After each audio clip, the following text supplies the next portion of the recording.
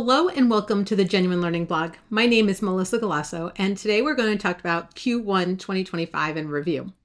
I'm still not sure how the entire quarter of the first quarter of 2025 has magically just flown by, but we are already in Q2 of 2025. This year has just flown by, but there's quite a bit of flurry of activity here as well. So what we're going to do is we're going to review the major standard setters, what they were doing during Q1. Some finished quite a bit, some have a lot of work in progress, but we've got some activity to talk about. So in terms of what was issued by the FASB, we ended up with 2 ASUs, but both of them really small, very niche, very narrow. The first one is around the effective date for DICE, the disaggregation of income statement expenses project. And that is just an effective date clarification. So no changes to the actual standard, just a clarification around effective dates. ASU 2025-02, equally very small and specifically for SEC filers. So both 2025-01 and 2025-02 are only for public business entities here. 2025-02 focusing on SEC paragraphs from SAB 122. So again, really small standards, but they did issue 2.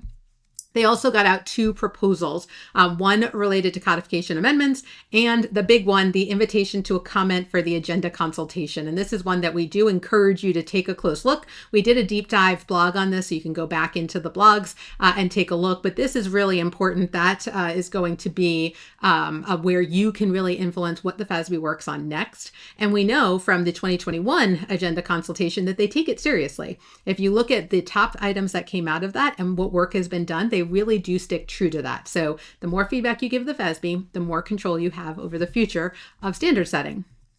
Other things that have come out of the FASB, the PCC did issue their very first ever annual report. This came from the PCC review that was done, trying to provide more information to the public about what they're doing behind the scenes. So they do have a full-on annual report.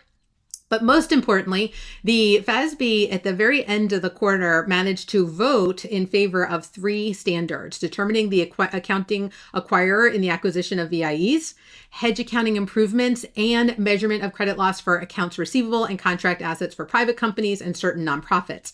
I will tell you that one's going to change in terms of title because it's now been expanded to include all entities, including public business entities for a portion of it. So as a result, these are standards that have been voted yes, but are coming to be issued in the next quarter. So they're all expected in Q2. So just kind of stay out, look out. But if you're interested in what they say, those have been voted out and you can see the votes. GASB did not issue any standards, but they did put out a preliminary views document on severe financial stress.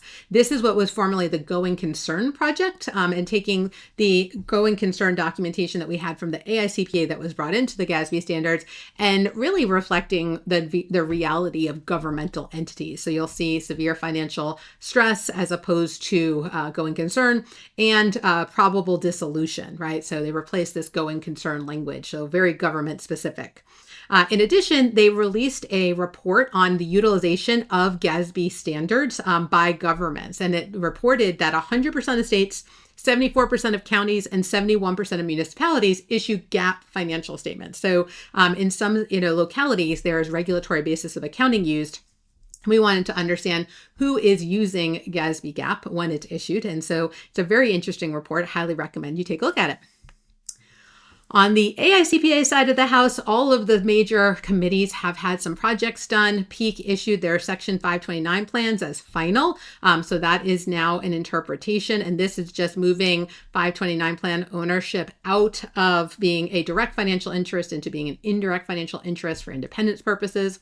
And they're interested in your views on alternative practice structures, or PE, and its impact on independence. So definitely want to take a closer look at that as well. The ASB has issued a bunch of proposals, their strategic plan, what should they be focused on from 2026 to 2030. Remember, they do have a new chair coming in, so that's going to be sort of their, once they set that expectation, what are they supposed to be working on for the next few years? The new chair will have that as their guide.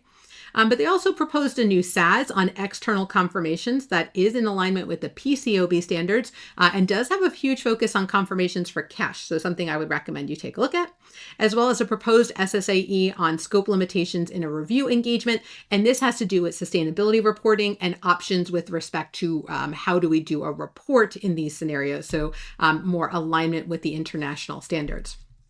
But probably for many of you, the one that everyone's been talking about is SARS 27, which is the applicability of AR Section 70 to consulting. So basically giving people the option to move their CAS services into consulting out of preparation and therefore out of quality management. So definitely something that people can take a look at.